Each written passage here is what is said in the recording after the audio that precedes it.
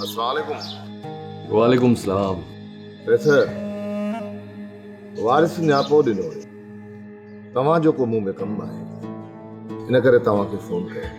हा बरू, ॾे ॻोठ जो हाल अहिवाल, ॻोठ में छा पियो थिए? नादर ख़ान, तव्हांजी ॻाल्हि मूंखे सम्झ में कोन आई। मुंहिंजी ॻाल्हि तोखे सम्झ में कीअं ईंदी? बरू, तूं पाण ॾोही आहीं। नादर ख़ान, कहिड़े ॾोह में ॾोही आहियां मां? जेकॾहिं बिना साबिती जे मुंहिंजे मथां इल्ज़ाम हयो त पोइ परू खे तूं चङी तरह सुञाणी थो। मूंखे सभु ख़बर आहे त तूं केतिरो मुड़ुसु माण्हू आहीं।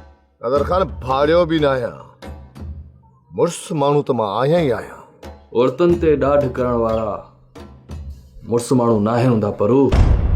मुड़ुसु माण्हू त छा, बल्कि उहे इंसान ई न आहिनि हूंदा। तूं पंहिंजी नगी भेण ते ज़ुल्म करे रहियो आहीं। इहो असांजो ऐं असांजे ॻोठ जो रिवाज न आहे। वैसे तव्हांखे कंहिं ग़लति ख़बर आहे? पर जेकर इहा ख़बर ग़लति आहे त पोइ मां दुआ थो कयां त इहा ख़बर ग़लति ई हुजे। जेकर इहा ख़बर सही निकिती न त पोइ तुंहिंजो ख़ैर न आहे।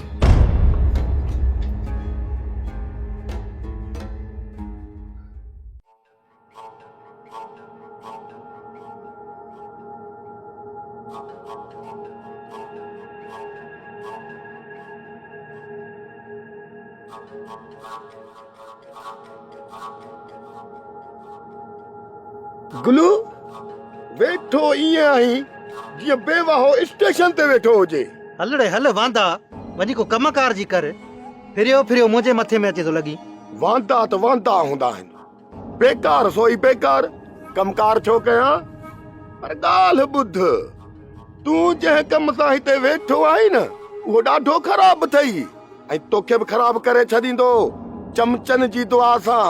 छा मतलब आहे तुंहिंजो? मतलब ई न आहियां मां। बाक़ी हा, रेस सालार खे तुंहिंजे लक्षणनि जी ख़बर पइजी वई आहे। छा जा लक्षण? अरे छा कयो आहे मूं? इते घणो छो थो वेहीं? रस्तनि ते वेहण सुठी ॻाल्हि कोन्हे का। रेस सालार खान खे सॼी ख़बर पइजी वई आहे ऐं रेस सालार खे बाबा इन ॻाल्हि ते सख़्त इतराज़ अथई। पोइ मूंखे मयार न ॾिजाए चमचनि जी दुआ सां। वारस, इहो सभु कुझु तव्हां चमचनि जो आहे। ख़बर ई न आहे अलाए कहिड़ियूं पिता सॼो ॾींहुं रेस खे पटियूं पढ़ायो। अरे तोखे शायदि ख़बर ई न आहे, मां रेस नादर खान जो ख़ासि दोस्त आहियां।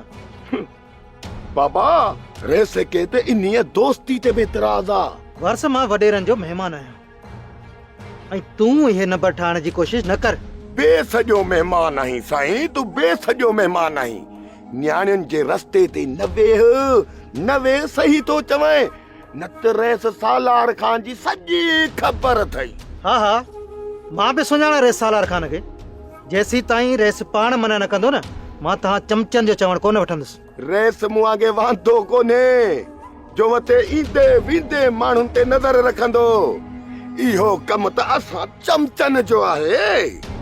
धूड़ वञी पार कोन वेंदुसि हिते। हाणे चमचनि मां त अड़जी विया।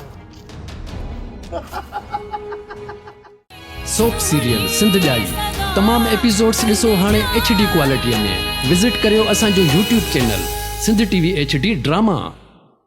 सब्सक्राइब कयो असांजो official YouTube channel Sindh TV HD drama ऐं वधीक अपडेट लाइ बेल आइकन खे क्लिक करियो।